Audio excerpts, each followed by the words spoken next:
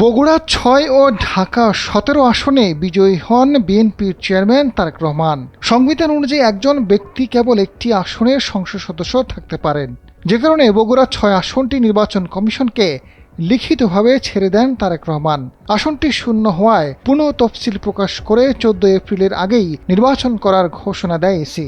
তবে উপনির্বাচনে কে হচ্ছেন বিএনপির দলীয় প্রার্থী তা নিয়ে চলছে নানা আলোচনা।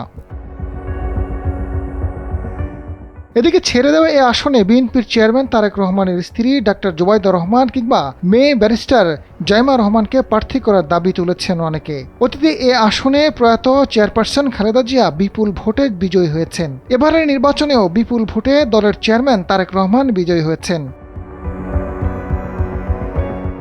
উপনির্বাচনে বগুড়া ৬ আসনে জিয়া পরিবারের কেউ নাকি অন্য কোনো প্রার্থী হবেন সেই সিদ্ধান্ত দেবেন দলের চেয়ারম্যান।